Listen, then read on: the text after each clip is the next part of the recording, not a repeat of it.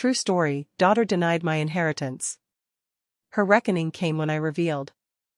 Have you ever felt completely erased by the people you love the most? Have you ever poured your entire being into nurturing someone, only for them to look you in the eye and deny your very existence, your worth, your autonomy? Have you ever felt completely erased by the people you love the most? I have. Oh, I have. And that feeling, that searing, gut-wrenching betrayal, taught me the biggest lesson of my life. It made me realize that sometimes, the ones you nurture most, the ones you sacrifice everything for, can become the very people who try to erase you. It's a hard truth, isn't it? To see the hands you've always held reach out, not for comfort, but to grasp at what little you have left, even before you're gone. I'm Elara. I'm 78 years old, and for decades, my life, my love, and yes, my considerable fortune, have been dedicated to my family, particularly my daughter, Serafina. You see, my late husband, Arthur, was a brilliant man, a pioneer in the burgeoning tech world of the late 20th century. He was a visionary, a man of incredible foresight and unwavering work ethic. He built an empire from the ground up, starting in a cramped garage and growing it into a global technology giant. When he passed, suddenly and unexpectedly, from a heart attack just as he was contemplating retirement, he left me, and by extension, our family, with more wealth than most could ever dream of. I remember standing in his vast, silent office after the funeral, looking at the complex financial statements, feeling a profound sense of awe and responsibility. He had not just amassed riches, he had created a legacy, a foundation upon which generations could thrive, learn, and grow, if they chose to do so responsibly. I truly thought it was a blessing. I believed it would be a springboard for Serafina, for our grandchildren, a cushion against life's inevitable hardships. I imagined them using it to pursue their passions, to innovate, to contribute to the world in meaningful ways, just as Arthur had. But for Serafina and her husband, Cashin, it became something else entirely. It became an entitlement. A bottomless well they believed was theirs to drain, without a single thought for its source, or for the woman who guarded it. And for years, I let them. Because I believed, truly believed, with every fiber of my being, that one day, my boundless generosity, my unwavering support, my quiet sacrifices would be met with genuine affection, with respect, with just a little bit of love that wasn't conditional on my bank account. I imagined a day when Serafina would simply call to ask how I was, not what I was paying for. I dreamt of a hug that wasn't followed by a request for a new car. Silly old woman, wasn't I? A naive fool clinging to the ghost of familial love. But there's a limit, isn't there? A breaking point where even the most loving, most patient heart says, enough. For me, that moment arrived not with a bang, but with a casual, chilling conversation I wasn't even supposed to overhear. A conversation about my home. My ancestral home. My life. My very identity.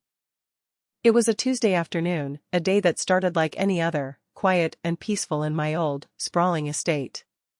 The kind of day where the sunlight streams through the tall, arched windows of the sunroom, illuminating countless dust motes dancing like tiny, forgotten stars in the golden air. The air itself seemed to hum with history, and if I closed my eyes, I could almost hear the echoes of generations past, my parents' hushed conversations, my own childhood laughter bouncing off the polished oak, Arthur's deep, resonant voice reading to Serafina by the fireplace.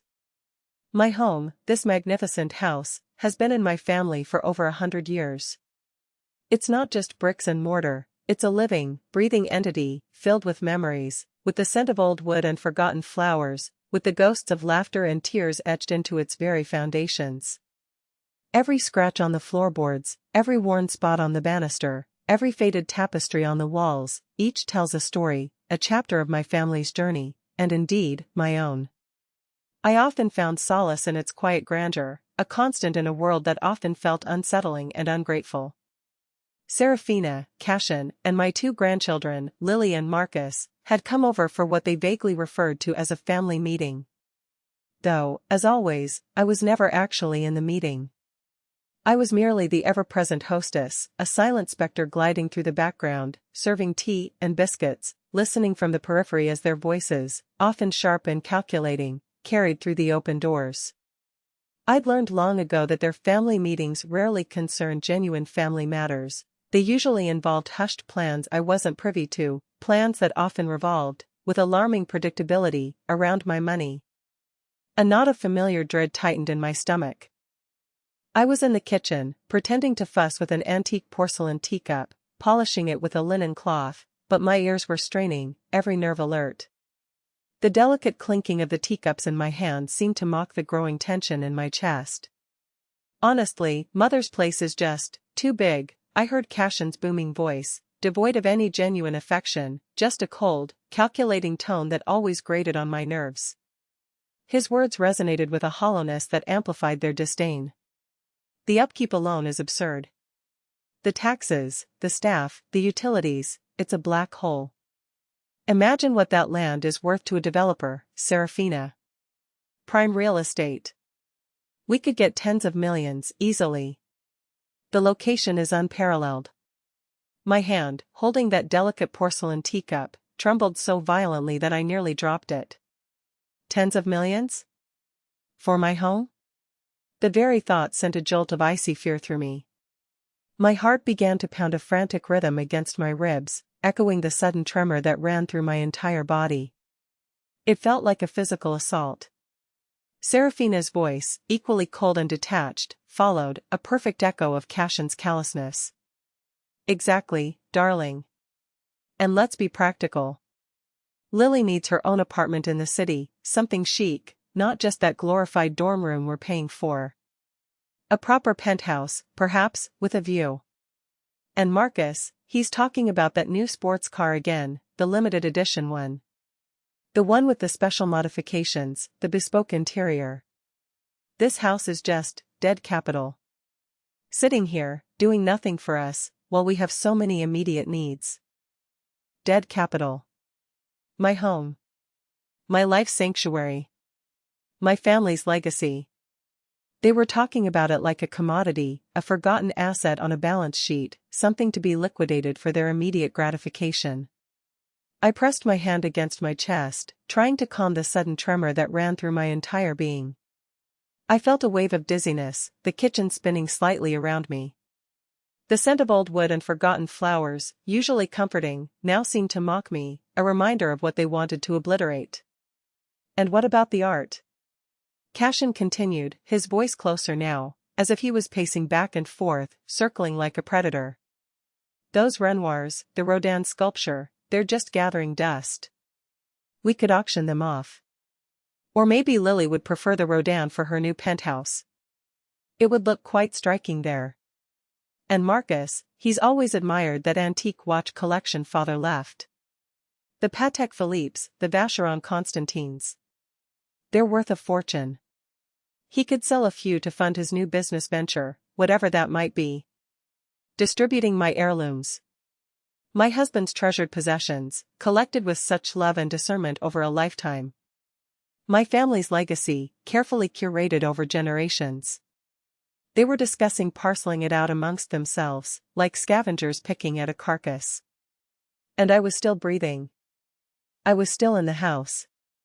I was still very much alive. A strange, numb determination settled over me. I walked slowly, deliberately, towards the sunroom doorway, my vision blurring slightly with unshed tears, but my steps unwavering. I pushed open the door, the soft creak of the hinges announcing my presence.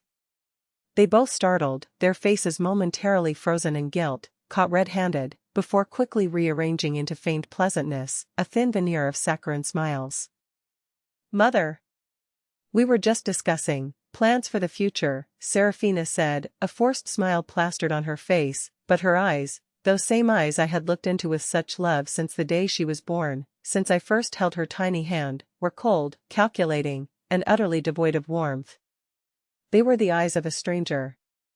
My voice, when it came, was a whisper, raspy with emotion, barely audible above the frantic pounding of my heart.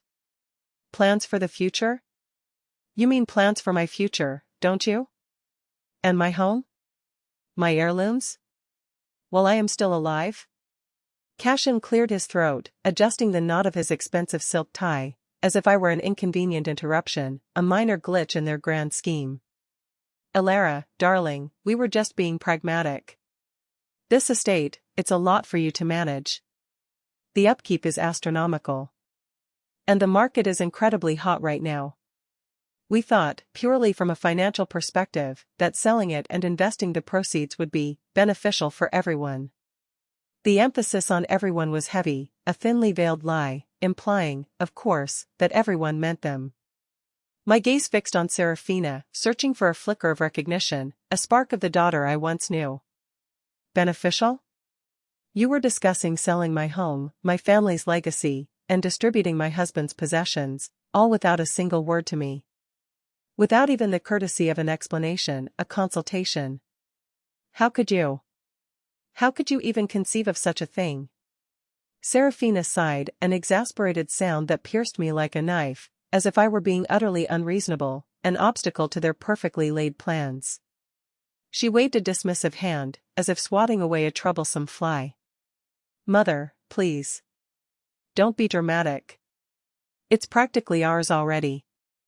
Your will is clear, isn't it? And honestly, this old place is just a burden. Why are you being so difficult? It's for your own good, really. Imagine the freedom you'd have without all this responsibility. It's practically ours already. Those words, spoken with such casual disdain, with such shocking entitlement, hit me like a physical blow. They echoed in the sudden, cavernous silence of the sunroom, bouncing off the antique walls, crushing whatever fragile hope I had left. It wasn't just about the money, you see. It wasn't even just about the house or the heirlooms. It was about the complete and utter denial of my autonomy, my very being. I was no longer a person to them, no longer a mother, a grandmother. I was just a will, a document, a hurdle to be cleared before they could get their hands on what they considered theirs. The ATM, finally, out of cash. My voice, when I finally found it, was steady, though my heart was breaking into 1,000 pieces, each shard a memory of misplaced love. Practically yours, you say? Difficult, you say? I didn't wait for an answer. I just turned, slowly, deliberately, and walked away, leaving them standing there in the sunroom, their calculating plans still hanging in the air, a vile miasma. That was it. That was the moment. The final, definitive, soul-crushing straw. I knew, with absolute certainty, that I couldn't endure another moment of it. The years of quiet resentment, the silent suffering, the constant giving and receiving nothing but emptiness, it all came crashing down around me. And I knew, truly knew, that something had to change. But how did we get here, you ask? How did a mother's love become so utterly transactional? So how did we get here, you ask? How did a bond that should have been sacred, inviolable, between a mother and her only daughter, become so twisted? It wasn't an overnight transformation, you see.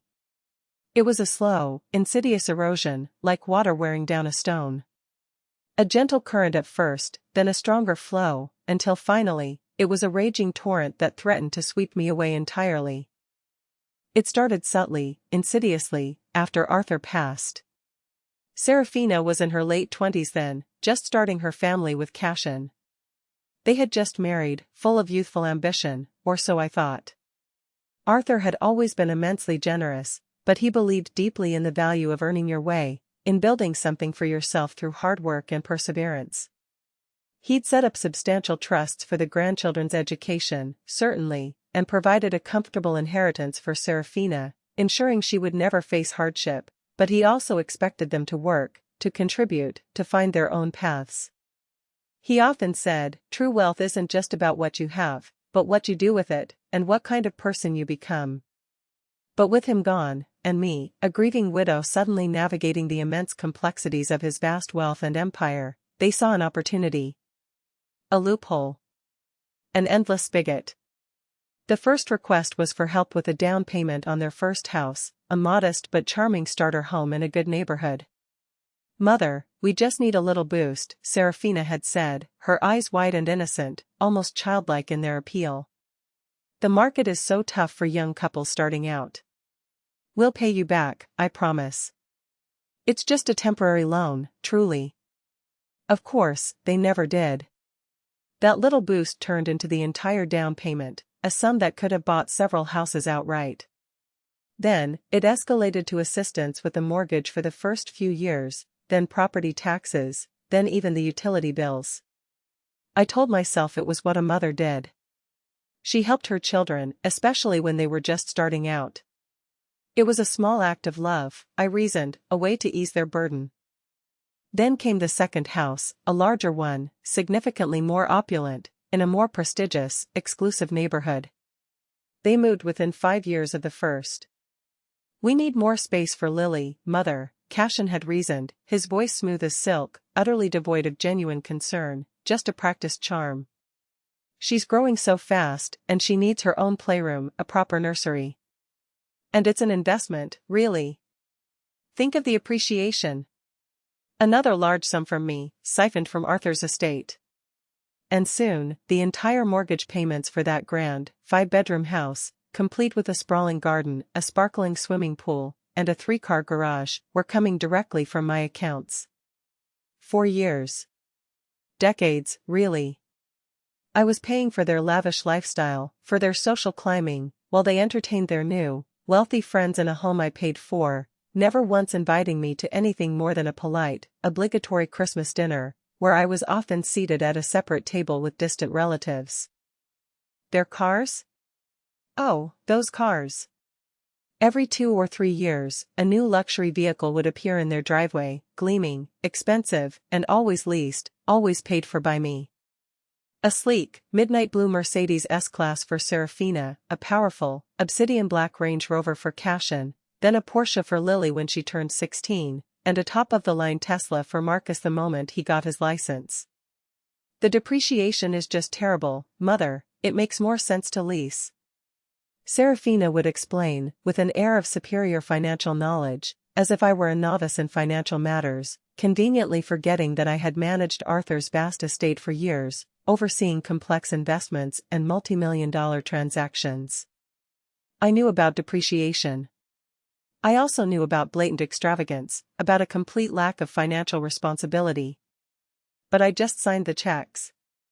What was a mother to do? They were my family. I convinced myself that this was simply the cost of keeping them close, of ensuring their happiness.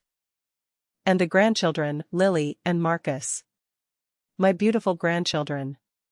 I adored them, truly, with every fiber of my being. Their innocent faces, their bright laughter, for them, I would have walked through fire. But even their needs, legitimate at first, became a burden, a tool for manipulation, a bottomless pit of demands. Elite private schools, with tuition fees that could fund a small village in a developing country. Extravagant allowances that made their friends' parents gasp in disbelief. Designer clothes from Paris and Milan, the latest gadgets from Silicon Valley the moment they were released, lavish, multi-week trips during school breaks, ski trips to Aspen, summer holidays in the Hamptons, tours of Europe's most exclusive capitals. Every single expense, down to their morning lattes and their weekly manicures, was on my tab. But mother, Lily needs that tutor for advanced calculus, otherwise she won't get into an Ivy League. All her friends are going. Marcus simply must have the newest gaming rig, with the liquid cooling and the custom graphics cards. All his friends have it. You don't want him to be an outcast, do you? He'll be ostracized. The guilt trips were endless, masterful, delivered with a practiced ease that chilled me. I remembered one Christmas, a few years ago.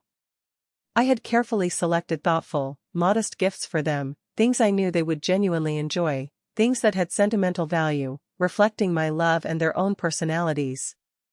For Serafina, a beautiful, antique silver locket that had belonged to my grandmother, a piece I cherished deeply and had planned to pass down. For Cashin, a hand-knitted cashmere scarf in his favorite color, made by my own hands, a labor of love. Serafina opened her gift, held it up, a faint frown on her face. Oh, mother. It's lovely. So old-fashioned though. But I really needed a new designer handbag. All my friends have the new Chanel.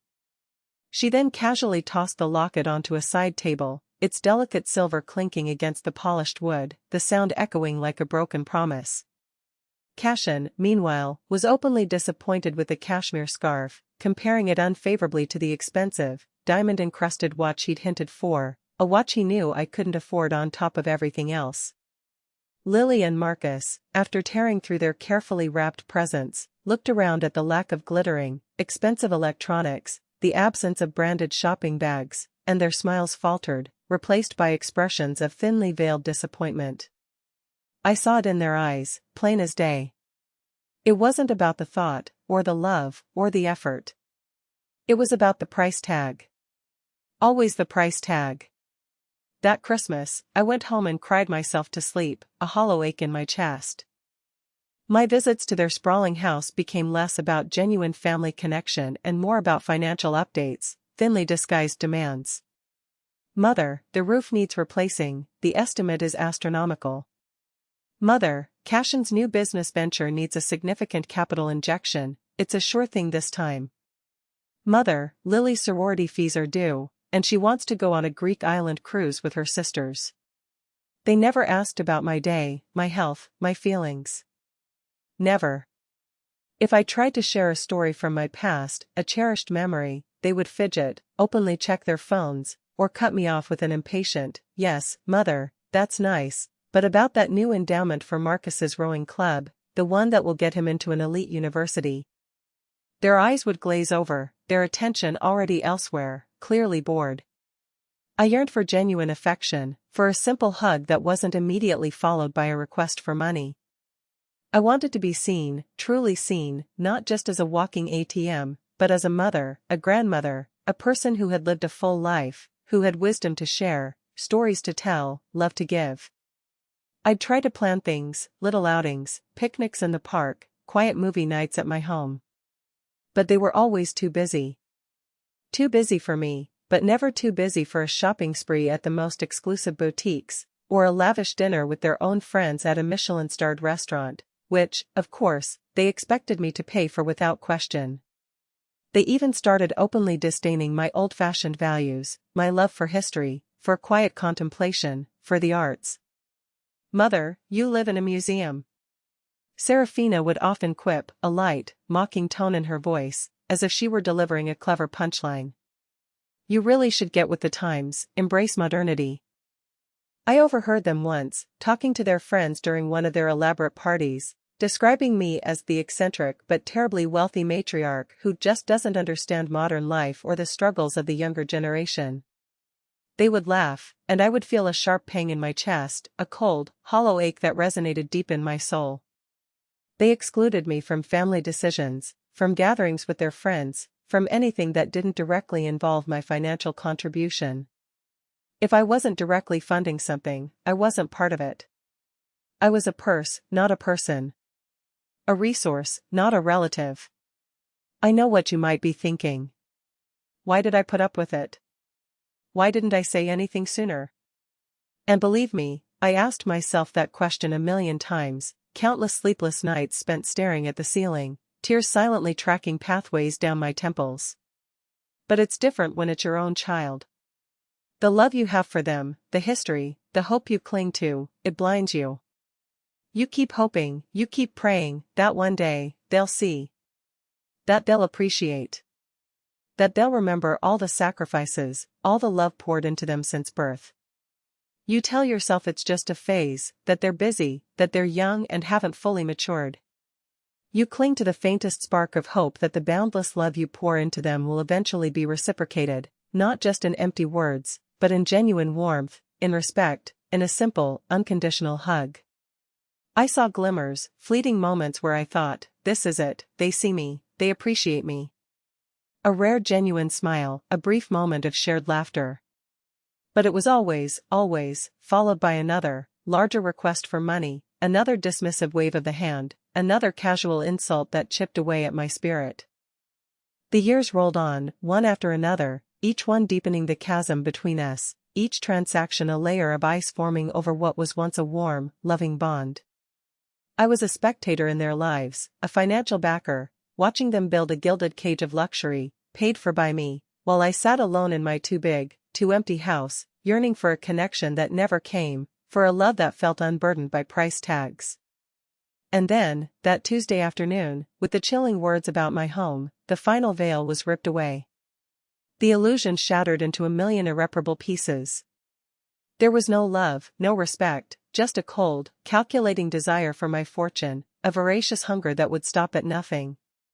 And I knew, with a certainty that chilled me to the bone, that I was done. What would you have done? How much more could you take? I sat in my study, the sun setting outside, casting long, mournful shadows across the antique furniture, painting the room in hues of fading hope. The words "It's practically ours already, Mother, why are you being so difficult?" replayed in my mind, a cruel, mocking refrain, echoing endlessly in the suddenly vast silence. My chest ached, not just with sadness, not just with the familiar pang of grief, but with a surprising surge of clarity and anger. A cold, righteous anger I hadn't felt in years, an ember that had finally been fanned into a quiet, burning flame. I looked around the room, at the worn leather spines of the books lining the shelves, the framed photographs of Arthur, young and vibrant, of a younger me, smiling, innocent, before the weight of wealth and ingratitude had etched lines of weariness on my face. My hand hovered over a picture of Serafina as a little girl, perhaps 5 or 6, riding on my shoulders, her tiny hands tangled in my hair, her laughter echoing in my memory, a sound of pure, unadulterated joy. The internal conflict was agonizing. My own daughter. My flesh and blood. How could I do this? How could I, the woman who had always been their safety net, their endless provider, suddenly pull the rug out from under them, leaving them to fall? The thought twisted in my stomach. But then I remembered the locket, the precious heirloom tossed carelessly aside like a trinket. I remembered the years of empty promises, the transactional visits, the casual disdain, the constant, soul-crushing entitlement. I remembered the feeling of being invisible, of being reduced to a bank account, a mere instrument for their desires. And I knew, deep in my soul, with an unwavering conviction, that I had to do it. Not just for me, though my own peace of mind was paramount. But for them too, in a strange, twisted, agonizing way. They had become so utterly dependent, so entitled, so devoid of personal responsibility, that they had lost all sense of self-reliance, all appreciation for what they had, all understanding of the value of honest effort. They were like spoiled children, never learning, never growing, forever demanding more. Perhaps, just perhaps, this painful lesson was the only way they would ever truly understand the value of hard work, of self-sufficiency, of genuine human connection, of true love unmarred by financial expectation. Or maybe that was just me trying to rationalize my pain, to make sense of this devastating choice. I don't know for certain. All I knew was that I couldn't live like this anymore. I wouldn't. I deserved more. My hand reached for the antique rotary phone on my desk. It was shaking slightly, a visible tremor, but my resolve was firm, a granite pillar against the storm of my emotions. The first call was to Mr. Henderson, my financial advisor. He's been with our family for decades, a kind, astute man with keen eyes that missed nothing. He had seen it all, though he rarely commented. I knew he understood, silently. "Mr. Henderson," I began, my voice surprisingly steady, considering the earthquake raging inside me, "I need you to freeze all payments to the Serafina Sterling family immediately. Effective today. All of them. The mortgage on their home, the car leases, the private school tuitions for Lily and Marcus, their allowances, any credit cards linked to my accounts. Every single penny. No exceptions." There was a stunned silence on the other end of the line. Mr. Henderson, usually unflappable, a man who had navigated countless financial crises with calm professionalism, stammered, "Mrs. Sterling? Are you certain? This is quite a drastic step. Have you considered the implications? The disruption it will cause?" "I have," I said, my voice hardening, echoing the steel I felt settling in my spine. "I have considered them for years, Mr. Henderson. Now, I am acting. Please confirm this can be done immediately. I want everything stopped by the end of the day." He sighed, a long, drawn-out sound that spoke volumes of his understanding. Yes, Mrs. Sterling, it can be done. It will take a few hours to process fully, but I can place immediate holds on all accounts, stopping any further withdrawals. Are you sure you don't want to discuss this with them first? Perhaps a gradual reduction? No, I replied, my voice firm, resolute. No discussion. Just action. And please, cancel all recurring payments. Anything that automatically goes to them, their businesses, their children's accounts. Everything. Understood, Mrs. Sterling. I'll get right on it. And, if I may say so, I believe you are doing the right thing. It's been a long time coming. His quiet approval, unspoken for so long, was a small comfort, a quiet affirmation that I wasn't entirely alone in my assessment of their behavior. He knew. He had seen their relentless demands, their entitled expectations, their utter disregard for me over the years. Next, I called my lawyer, Mrs. Davies. She was a no-nonsense woman, sharp as a tack, with a reputation for unwavering loyalty to her clients. Mrs. Davies, I stated, without preamble, I need to revise my will. Immediately. I want Serafina and Cashin to be disinherited entirely. All their children's trusts are to remain untouched, to fund their higher education and a modest start to their adult lives, but beyond that, nothing. And my estate, this house, it is to be converted into a charitable foundation upon my passing, dedicated to preserving historical landmarks and supporting arts education for underprivileged youth. No part of it is to be sold or developed for commercial gain. Mrs. Davies, unlike Mr. Henderson, didn't hesitate. Her voice was crisp, efficient. Understood, Mrs. Sterling. I can have the preliminary paperwork drawn up by tomorrow morning. Are you quite certain about the disinheritance of your daughter and her husband? This is a significant change. I am entirely certain, Mrs. Davies. They have made their intentions clear. Now I am making mine. My voice brooked no argument. I spent the next few hours systematically going through my financial statements, cross-referencing every payment, every transfer that had gone to Serafina or Cashin or their children. My finger traced the endless lines of expenses, each one a testament to my misguided generosity, my desperate attempts to buy their affection. Mortgage payments that stretched for 2 decades. Car leases for a dozen luxury vehicles. School fees that amounted to a small country's GDP. Credit card bills for their extravagant shopping sprees. Lavish vacations to exotic destinations. Business investments that had mysteriously vanished into thin air, with no returns, no explanations. It was a dizzying sum. A fortune. Millions upon millions. And for what? A casual dismissal? A sneer? A conversation about turning my beloved home into a concrete jungle of soulless developments? The sheer scale of their avarice, and my own complicity in it, was overwhelming. As I worked, a strange sense of calm settled over me. It wasn't triumph, not exactly. It was more like the quiet satisfaction of finally putting a heavy burden down, a lead weight that had been strapped to my soul for far too long. The fear, the sadness, the guilt, they were still there, lingering in the background, like distant echoes. But for the first time in a very long time, I felt a profound sense of control over my own life, my own legacy. It was a terrifying, exhilarating freedom. I had done it. The fuse was lit. And I knew, with a morbid certainty, that the explosion was coming.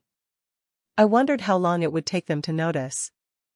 How long until their carefully constructed facade of luxury began to crack, to crumble around them. Of course, my decision was going to have consequences, wasn't it? Cutting off that kind of financial lifeline, that deep, entrenched dependency, wasn't going to go unnoticed for long. The first sign came a few days later, a frantic text from Serafina, riddled with exclamation marks. "Mother, the Bentley lease payment bounced. What is going on? I'm being called by the dealership." Then another, moments later, "Lily's school just called, her tuition is overdue. Have you forgotten to transfer funds? This is urgent." And then, a call from Cashin, his voice laced with forced calm, but an unmistakable edge of panic underneath. Elara, there seems to be a slight, administrative error with the house mortgage. They're saying the last payment wasn't received. Could you look into it? This is quite inconvenient. I didn't respond to any of them. I simply let the silence hang, letting the consequences slowly, inexorably, dawn on them. I imagined them, separately at first, then frantically conferring, their voices rising in alarm, piecing together the terrifying puzzle of their crumbling world. The slow dawning realization that the ATM was not just temporarily out of order, but permanently closed. The cash cow was gone. The confrontation came, as I expected, on a Saturday morning, less than a week after my decisive calls. My doorbell rang, not the polite chime of a casual visitor, but a furious, insistent hammering, a desperate battering that threatened to splinter the ancient oak. I took a deep breath, straightened the collar of my favorite cashmere cardigan, a gift from Arthur years ago, and walked to the door, my heart pounding a steady, rhythmic drum against my ribs. Standing there, their faces a mixture of confusion, rage, and dawning horror, were Serafina, Cashin, Lily, and Marcus. The children looked bewildered, their usual haughty expressions replaced by genuine distress, their faces pale beneath their expensive haircuts. "Mother! What is the meaning of this?" Serafina shrieked, storming past me into the foyer without waiting for an invitation, her designer handbag swinging wildly. Cashin was right behind her, his face a mottled red, his fists clenched at his sides.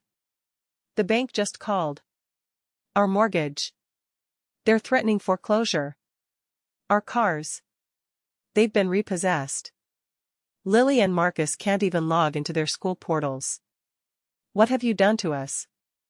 Lily, usually so composed and aloof, her expression perpetually one of bored superiority, burst into genuine, gut-wrenching tears. "Grandma. My friends are going to find out. I can't go to school. This is humiliating. My entire social life is ruined." Marcus, usually too cool for anything, too detached for displays of emotion, looked pale and agitated.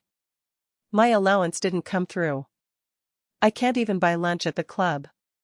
My credit cards are declined. What kind of joke is this?" I closed the heavy oak door calmly, the soft click echoing in the tense, suddenly suffocating silence of the foyer. I turned to face them, my gaze sweeping over each of their faces, registering their shock, their anger, their pathetic confusion. There was no warmth in my eyes, only a weary resolve, a deep-seated calm born of years of quiet suffering. "I have done precisely what you have been doing to me for years," I said, my voice quiet, but clear and unwavering, cutting through their hysteria like a sharp blade. "I have made a decision about my own assets, without consulting you. I have exercised my autonomy. And I have, as you so eloquently put it, ceased being difficult. Serafina scoffed, her eyes blazing with indignation, not understanding, not even trying to understand. "Don't be ridiculous, Mother. This isn't a game. This is our lives. You can't just cut us off. We rely on you. We depend on your generosity." "Rely?" I raised an eyebrow, a flicker of something akin to amusement, cold and bitter, crossing my face, though my heart was still heavy, still aching. "You don't rely on me, Serafina. You exploit me. You use me. You have treated me not as a mother, but as an endless ATM, a bottomless well from which to draw without ever contributing a single drop. You have openly discussed selling my cherished home, the very ground you stand on, out from under me. You have plotted to distribute my husband's heirlooms amongst yourselves, as if I were already in my grave, while I am still alive, still breathing, still occupying this very house you wish to liquidate. You called my home dead capital, a mere commodity. You dismissed my feelings, my wishes, my very being, my identity, by saying it's practically ours already. Mother, why are you being so difficult? Do you remember those words, Serafina? Because I do. They are etched into my soul." Serafina's jaw dropped, her face paling further. Cashin spluttered, his practiced charm utterly failing him now, replaced by raw desperation. Now, Elara, that's not fair. We were just planning for the future. Your future. To make things easier for you. You're getting older, you know, and this house is a lot of work. His voice was slick with desperation now, his eyes darting, searching for an escape. Easier for me? I gave a short, bitter laugh, the sound hollow in the vast foyer. Was it easier for me when I paid your mortgage for 2 decades while you vacationed in Tahiti and never once invited me? Was it easier for me when I paid for your luxury cars, only for you to complain about my old-fashioned values and my boring life? Was it easier when I funded Lily's elite private school, her lavish trips, her endless demands, only for her to complain about my boring gifts and my museum house? Was it easier when Marcus, whom I adore, only called when his exorbitant allowance was due, never to ask how I was, never to share a moment of his life? My voice rose slightly, the years of suppressed pain, the quiet anguish, finally breaking free, raw and unbridled. You have taken everything I have offered, every sacrifice, every ounce of love, and given nothing in return but disdain and entitlement. You have forgotten what respect means. You have forgotten what family means, beyond a convenient source of funds. You have certainly forgotten what gratitude means. You have bled me dry, not just financially, but emotionally, spiritually. And for what? So you can live a life of unearned luxury, without lifting a finger, without a single thought for the person providing it all? So you can waste your lives in frivolous pursuits, never developing a shred of self-worth or independence? Seraphina's face contorted, tears welling in her eyes, not from remorse, I realized with a chilling certainty, but from pure, unadulterated panic, from the terrifying realization that her gravy train had derailed. Mother, please. You can't do this. What about the children? Lily's college applications. Marcus's future. You're ruining everything. You're ruining their lives. Their trusts, established by their grandfather, remain untouched for their higher education and a modest start to their adult lives, I corrected her, my voice softening slightly when I looked at Lily and Marcus, who were truly shocked, their faces a mixture of confusion and genuine fear. Beyond that, they will learn what you clearly never did. The value of hard work. The necessity of self-reliance. The dignity of earning your own way. They will learn to stand on their own 2 feet, a lesson you denied them and yourselves. Cashin stepped forward, his eyes narrowed, his voice low and menacing, a final, desperate attempt at intimidation. This is blackmail, Elara. We'll sue you. You can't just cut off your family like this. We have rights. We're your next of kin. I met his gaze, unflinching, my own eyes holding a depth of knowledge that he couldn't fathom. You have no rights to my wealth, Cashin. My will has been revised. Your names, and Seraphina's, have been removed. This house, upon my passing, will become a charitable foundation dedicated to preserving historical landmarks and supporting arts education for underprivileged youth. Not a development project for your greedy pockets. And as for suing me? You forget, I have the best lawyers money can buy. The same ones who have been managing my estate for years, meticulously documenting every transaction, every request. And they are very much on my side, Mr. Sterling. The air went out of him like a deflating balloon. He slumped back, utterly defeated, the color draining from his face. Seraphina stared at me, her face pale, the tears now flowing freely, but still, I saw no genuine regret, no true understanding, only fear and incandescent anger. This is all you care about, isn't it? She sobbed, gesturing wildly around the opulent foyer, her voice laced with venom. The money. You'd rather see us suffer than give us what's rightfully ours. You're cruel. You're a monster. No, Seraphina, I said, stepping closer, my voice dropping to a low, quiet tone that carried more weight than any shout, a whisper that resonated with decades of unspoken pain. This is not about the money.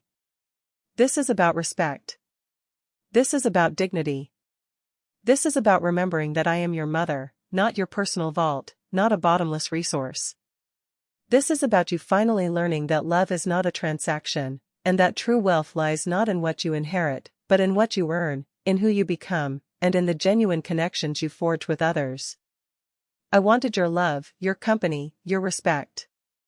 You offered me nothing but empty gestures and an open palm, always expecting more, always taking. And now, I have nothing left to give you. Not in that way. I turned, leaving them standing there amidst the grandeur they had always taken for granted, the opulence I had so carefully preserved, and walked slowly towards my study, the door closing softly behind me. The silence that followed was deafening, yet strangely peaceful.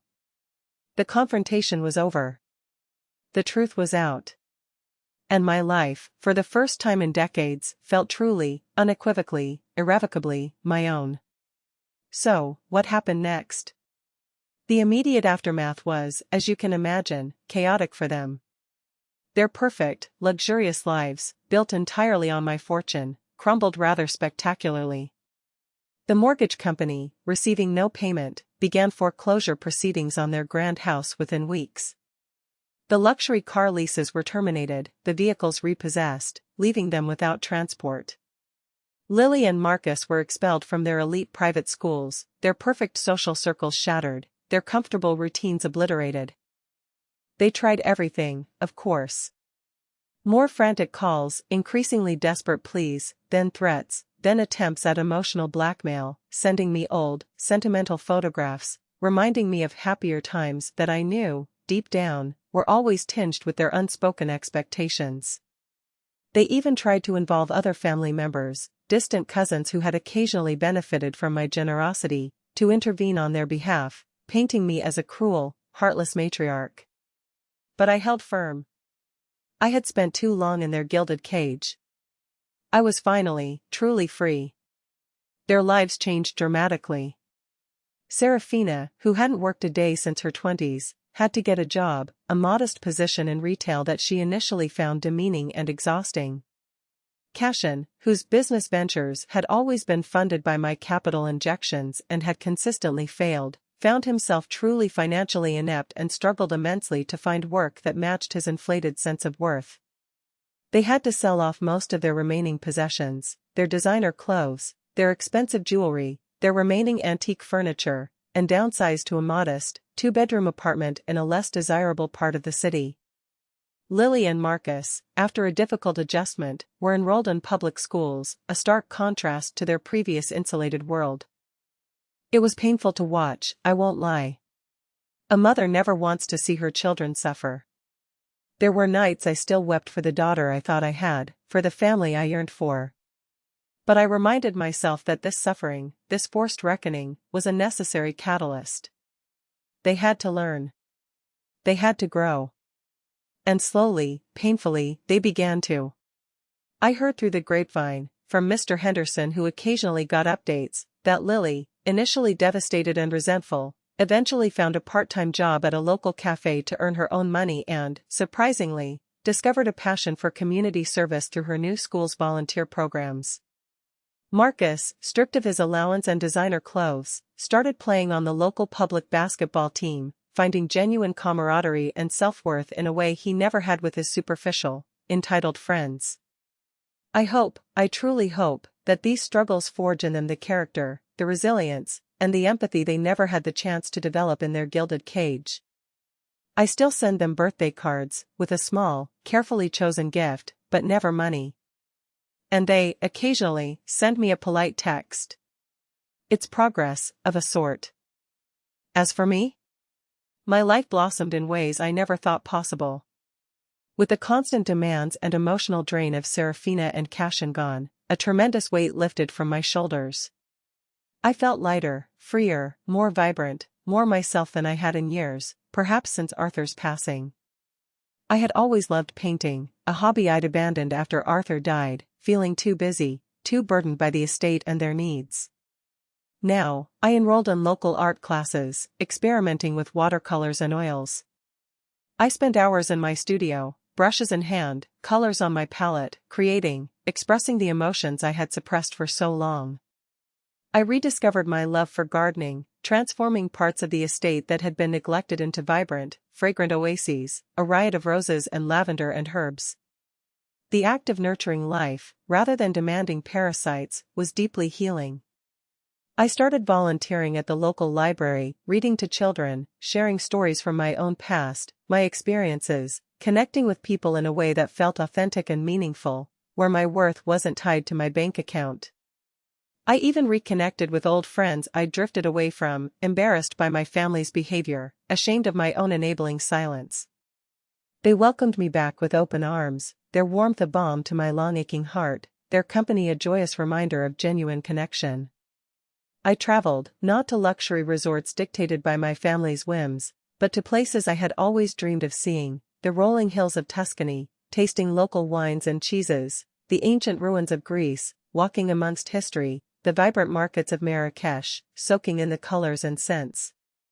I met new people, learned new things, tasted new flavors, collecting experiences, not just assets.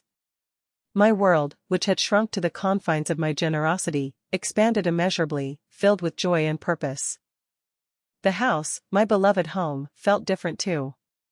It was no longer a symbol of my burden, of their avarice, but a sanctuary, a canvas for my newfound creativity, a place of peace and genuine comfort. I could walk through its halls, look at the art, touch the furniture, and feel only love and history, not the shadow of greedy hands or the echo of callous words. It was truly mine again. And the biggest life lesson I learned? It's this: the greatest gift you can give someone isn't money, but the opportunity to stand on their own 2 feet. It's the chance to discover their own strength, their own capabilities, their own worth, independent of your provision. Sometimes, the most loving thing you can do for someone, even your own child, is to let them fall, to remove the safety net, so they can learn how to pick themselves up. It's hard, it's painful, it tears at your very soul, but it is, ultimately, the path to true growth and true freedom. For them and for you. I may have lost a certain version of my family, the one I had desperately tried to buy and maintain, but I found myself. And that, dear friend, is a treasure beyond all measure. That was my story. Our channel is full of life lessons like this one, stories of triumph over adversity, of rediscovering strength, and of navigating the complexities of human relationships. If you resonated with my journey, if you found solace or strength in my words, please consider subscribing to our channel and turning on notifications, so you don't miss any of our future stories. What do you think? Did I do the right thing? Was I too harsh, or was it a necessary step for both their growth and my own peace? Share your thoughts with me in the comments below. I'll be reading all of them. Thank you for listening.